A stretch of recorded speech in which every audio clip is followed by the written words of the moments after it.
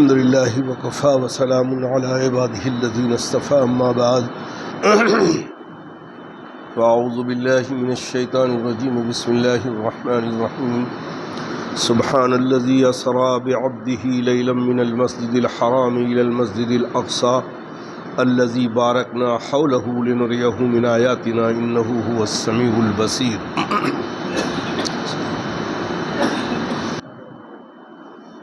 معراج کا واقعہ کا بیان ہو رہا ہے جناب رسول اللہ صلی اللہ علیہ وسلم کا، لیکن اب شب معراج کا بیان چل رہا ہے۔ آپ نے پچھلے جمعہ میں سنا اللہ کے نبی صلی اللہ علیہ وسلم کو اللہ تعالیٰ نے آسمانی دنیا پر اپنی قدرت کاملہ سے لے گئے۔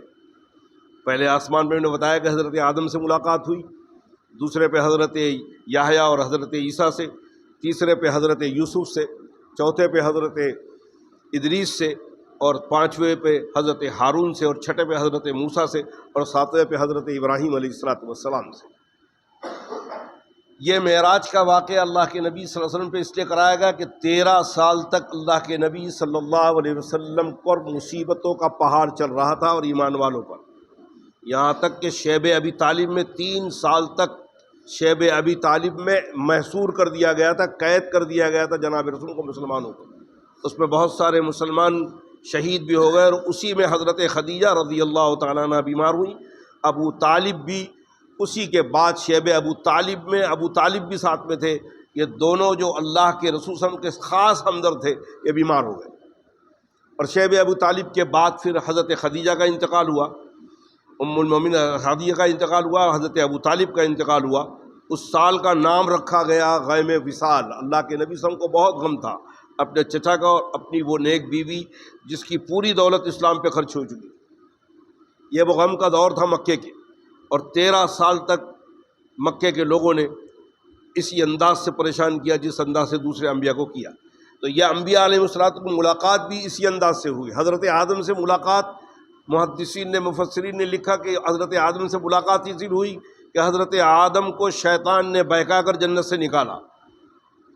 اسی طرح جناب رسولوں کو کفار مکہ کے شیاطین مکے سے نکالے، پھر اللہ نے حضرت آدم کی دعا قبول کی اور جنت واپس عطا فرمائی۔ اس طرح اللہ کے نبی صلی اللہ علیہ وسلم مکہ پھر فتح کیا اور مکہ پہنچ گئے۔ حضرت عیسیٰ اور حضرت یحییٰ سے ملاقات اس لیے کرائی کہ یہود و نصارہ محمد الرسول اللہ کے کثرت سے دشمن ہوں گے، آپ کی امت کے دشمن ہوں گے۔ آج یہود و نصارہ کو سب سے زیادہ نفرت، پوری دنیا میں سب سے زیادہ نفرت مکہ اور مدینے سے، حالانکہ وہ جانتے ہیں کہ اللہ کے نبی آخری نبی ہیں، لیکن چونکہ وہ بنی اسرائیل میں سے نہیں اللہ کے نبی صلی اللہ علیہ وسلم، اس لیے انہوں نے نہیں مانا۔ حضرت ادریس سے ملاقات چوتھے آسمان پر کرانے کا مقصد یہ تھا کہ وہی بلندی اور مرتبہ اور اعلیٰ مرتبہ اللہ کے نبی کا بتانا تھا کہ انبیاء علیہ السلام جو آسمان پہ رونق افروز ہے، اللہ نے رکھا اپنی قدرت سے، ان سے ملاقات ہو رہی۔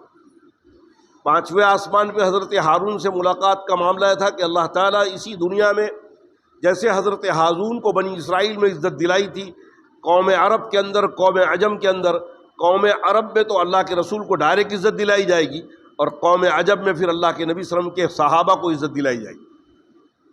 اور چھٹے آسمان پہ حضرت موسیٰ سے ملاقات کا تو معاملہ یہ ہے کہ جس طرح حضرت موسیٰ پہ مصائب آئے فرعون کے دور میں، اسی طرح وہ سارے مصائب آئیں گے جناب رسول اللہ صلی اللہ علیہ وسلم پر، اور جس طرح فرعون پر حضرت موسیٰ غالب ہوئے اور دریائے نیل میں فرعون ڈوب دیا گیا، اسی طرح اللہ کے نبی صلی اللہ علیہ وسلم کو عرب کی اس قوم پر کامیابی اور فتح نصیب فرمائیں۔ حضرت ابراہیم علیہ السلام سے ملاقات کی وجہ کو رہا ہے کہ پھر حضرت ابراہیم جس کعبۃ اللہ کو بنایا ہے اس کی عزت کو 4 چاند لگائیں گے جناب رسول اللہ صلی اللہ علیہ وسلم، اور آپ کی عمر کا آخری عمل حج بیت اللہ ہوگا جو حجت الوداع کے نام سے مشہور ہے۔ آج اللہ کا فضل و کرم ہے کہ حضرت ابراہیم کی ملاقات کا معاملہ جو اللہ کے رسول سے ہوا، اللہ کے نبی صلی اللہ علیہ وسلم کی بات بالکل حضرت ابراہیم کی وہ ملاقات کا معاملہ ہے کہ آج کعبۃ اللہ کو اور مسجد نبی کو پوری دنیا میں وہ عزت حاصل ہے۔ جناب رسول اللہ صلی اللہ علیہ وسلم سدرۃ المنتہا سے آگے گئے، رف سواری پر سوار ہو کر حضرت جبریل نے ساتھ چھوڑ دیا۔ یہ سدرۃ المنتہا فرشتوں کی آخری حد ہے، حضرت جبریل بھی آخری حد ہے وہاں۔ دنیا کے سارے انسانوں کے نام اعمال وہاں پہنچتے ہیں اور پھر وہاں سے نام اعمال لکھ کر یہاں آتے ہیں، دنیا میں آتے ہیں۔ اللہ کے نبی صلی اللہ علیہ وسلم نے تعارف کرایا ہے کہ سدرۃ المنتہا میں میں نے بیری کا درخت دیکھا۔ بیری کا درخت فرمایا کہ بیری کا درخت جو ہے اگر 100 سال ایک گھوڑ سوار 100 سال چلے تو بیری کے درخت کی ایک شاخ کو طے کر پائے گا، اتنی شاخ بڑی ہے، اور مٹکے کے اتنے بڑے بڑے مٹکے کے جیسے اس کے پھل ہیں، اور مٹکے کے جیسے، اور پتے اس کے ہاتھی کے کان کے برابر۔ اس میں انسانوں کی زندگی اور موت کو لکھا جاتا ہے۔ وہی بیری کے درخت کے اندر جب وہ پتا جس میں لکھا ہوا ہے حضرت جبریل اسرائیل کے حوالے کیا جاتا ہے کہ اب فلاں وقت پہ فلاں بندے کی موت ہوگی، تو وہ بیری کے درخت کا وہ پتا حضرت اسرائیل کو بتایا جاتا ہے۔ اس انداز سے لوح محفوظ سے عرش کے اعلائی کے نیچے سے معاملہ ہے۔ بہرحال اللہ کے رسول صلی اللہ علیہ وسلم رفرف میں اب اللہ کی دربار میں حاضر ہوئے۔ یہ نبی پاک صلی اللہ علیہ وسلم کا مقام ہے۔ کسی نبی کو اللہ سے ہم کلامی کا شرف حاصل نہیں ہوا۔ اللہ کے نبی صلی اللہ علیہ وسلم کو آسمانی دنیا پہ سیر کرا کر ہم کلامی کا سفر، اللہ سے ہم کلامی کیا آپ نے۔ کعبہ قوسین ایک پردہ تھا، اس کے اس طرف اللہ رب العالمین کی ذات ہے اور اللہ کے رسول اور آپ ہم کلامی کر رہے ہیں۔ دنیا کا آپ کی شریعت کا دستور یہ ہے کہ جب جانے والا کوئی آ رہا ہے تو آنے والا سلام کرے، بیٹھنے والے اس کا سلام کا جواب دیں۔ اگر آنے والا بھول جائے تو پھر بیٹھنے والوں میں سے کوئی ایک سلام کرے تاکہ اس کو یاد آ جائے وہ سنت، اور پھر وہ سلام کا جواب دے۔ یہاں اللہ کے نبی جا رہے ہیں اور اللہ رب العالمین عرش کے اندر مصلی پہ مستوی ہیں۔ آپ کی شریعت کے اصول سے تو سلام کرنا چاہیے تھا اللہ کے نبی کو، لیکن اللہ کے نبی سلام نہیں کر رہے، کیونکہ اللہ کو سلام کیا جائے کہ السلام علیکم ورحمۃ اللہ، تو اللہ کا کون اللہ ہے جو اللہ پہ سلامتی بھیجے گا؟ پوری کائنات کے مالک تو اللہ ہیں، ساری دنیا پہ سلامتی بھیجنے والے اللہ رب العالمین ہیں۔ اب اللہ کی بارگاہ میں جناب رسول تشریف لے جا رہے ہیں، مخلوق ہیں، بندے ہیں، اور پروردگار کی مجلس طرف جا رہے ہیں، تو ظاہر بات ہے کہ اب وہاں اگر اللہ کے نبی سلام کریں تو آپ کی شریعت کا وہ معاملہ، اللہ کی سلامتی کو، اللہ کو کون دوسرا اللہ ہے جو سلامتی کرے؟ تو آپ نے بندگی کا حق ادا کیا ہے جناب رسول اللہ صلی اللہ علیہ وسلم نے، کیونکہ بہرحال اللہ نے مخاطب کیا کہ اے میرے نبی آپ آئے ہو مدینے سے، میرے دربار میں آئے، تحفہ کیا لائے آپ، ہدیہ کیا لائے؟ جب کوئی کہیں جاتا ہے تو ہدیہ لے کے جاتا ہے، تحفہ لے کے جاتا ہے۔ آپ نے کیا تحفہ لایا میرے لیے؟ جب اللہ نے یہ سوال کیا ہے تو سب سے پیارا تحفہ دیا ہے جناب رسول اللہ صلی اللہ علیہ وسلم نے اللہ کی بارگاہ میں، التحیات للہ والصلوات والطیبات۔ میری تمام قولی عبادتیں، میری ساری مالی عبادتیں اور میری تمام فعلی عبادتیں اے اللہ تیرے لیے ہے۔ یہ بندگی کا حق ادا کر دیا۔ نماز میں ہم کو یاد دلایا جاتا ہے، وہی وقت ہوتا ہے کہ نماز میں ہم کو یاد دلایا جاتا ہے، التحیات للہ والصلوات والطیبات۔ یہ اللہ کے نبی صلی اللہ علیہ وسلم نے ہدیہ پیش کیا اللہ کی بارگاہ میں۔ اب اللہ کی طرف سے ہدیہ آ رہا ہے، کسی نبی کو یہ ہدیہ نہیں ملا۔ اللہ ہم کلامی سے ہدیہ دے کہ السلام علیک ایھا النبی ورحمۃ اللہ وبرکاتہ، کہ میرے محبوب صاحب تم کو سلامتی ہو اور اللہ کی رحمتیں اور برکتیں ہوں۔ لیکن یہاں آپ غور کیجئے گا، السلام علیکہ واحد کا لفظ استعمال کیا اللہ نے۔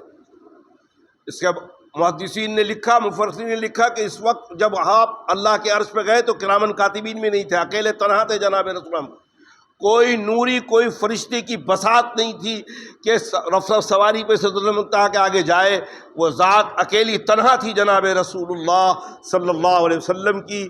اس امت کا اعجاز ہے کہ اللہ نے ہمیں ایسا نبی نصیب فرمایا، اتنی عزتوں سے نوازا۔ بہرحال اللہ کی طرف سے یہ انعام ملا کہ آپ پر سلامتی ہو، رحمتیں ہوں اور برکتیں ہوں۔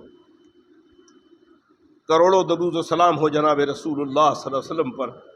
پوری تجلیات پروردگار عالم کو دیکھا آپ نے، اللہ کی ساری تجلیات کو دیکھا اور ہوش و حواس میں ہے۔ جب اللہ کی طرف سے یہ انعام ملا تو اللہ کے رسول کو یاد آیا کہ میری امت تو رہ گئی، اللہ کی رحمتی سلامتی تو مجھ پر ہو رہی ہے۔ السلام علیکہ، ہم آپ سلام کرتے ہیں، جمع کا صیغہ استعمال کرتے ہیں السلام علیکم، اللہ تم پر سلامتی کے اور اللہ کی رحمتیں اور برکتیں ہوں۔ سامنے والا بھی جواب دیتا ہے وعلیکم السلام ورحمۃ اللہ وبرکاتہ، جمع کا صیغہ ہے، اور یہاں واحد کا صیغہ ہے السلام علیکا ایھا النبی ورحمۃ اللہ وبرکاتہ، اے میرے مطلب صرف تم پر سلامتی ہو، رحمتیں اور برکتیں ہوں۔ آگے کے جملے جو ہیں ہم التحیات پہ تشہد میں جو پڑھتے ہیں وہ اللہ کے رسول صلی اللہ علیہ وسلم کے جو جملے ہیں، اللہ نے امت کو لپیٹا السلام علینا وعلی عباد اللہ الصالحین۔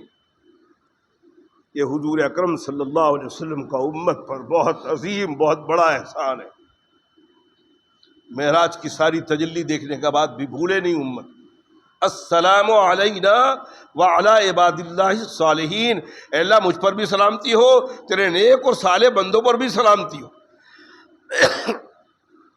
تب سدرۃ المنتہا پہ حضرت جبریل کو یہ ہم کلامی جب سننے کو ملی تو حضرت جبریل نے گواہی دی اشہد ان لا الہ الا اللہ واشہد ان محمدا عبدہ ورسولہ۔ یہ آپ کا پورا تشہد ہے، التحیات ہے، یہ وہ معراج کا پورا لب و لباب ہے جو ہم قاعدے میں بیٹھ کر پڑھتے ہیں۔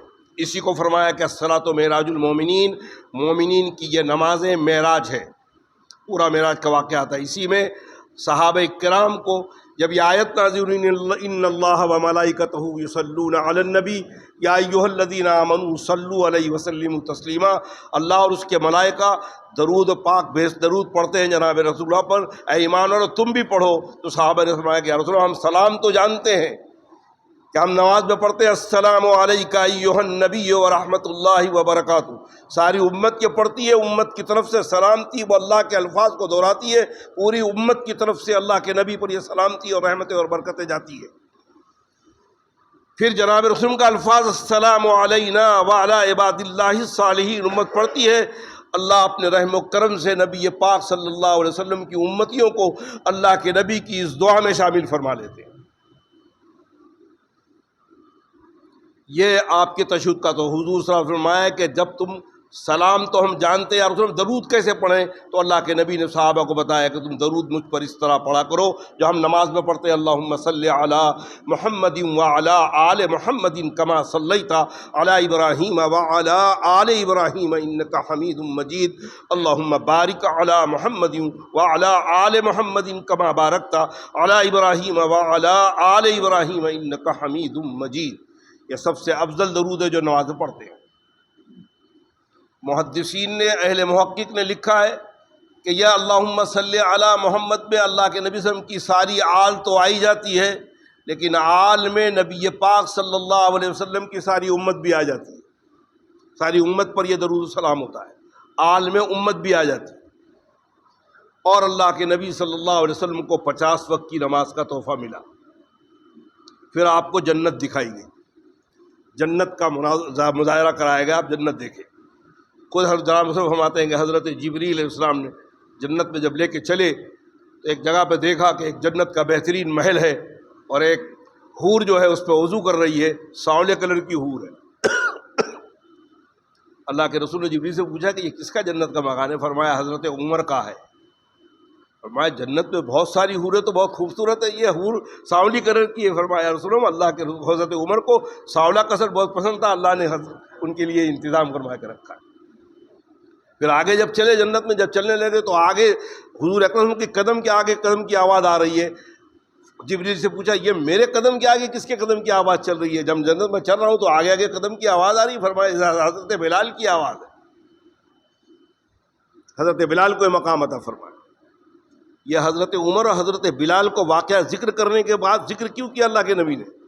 کہ اللہ کی عنایت خالی نبی صلی اللہ علیہ وسلم تک نہیں ہے، وہیں پر یہ السلام علینا وعلی عباد اللہ الصالحین، یہ درخواست جب اللہ کے نبی نے دی اللہ نے وہی قبول کر لیا۔ حضرت عمر کا معاملہ دکھایا، حضرت بلال کا معاملہ دکھایا، اور قرآن میں بہت سارے صحابہ کا، غزوہ بدر کے صحابہ، صلح حدیبیہ کے صحابہ، غزوہ خندق کے صحابہ کے لیے پھر اللہ نے مزدہ سنا دیا رضی اللہ عنہم ورضوا عنہ۔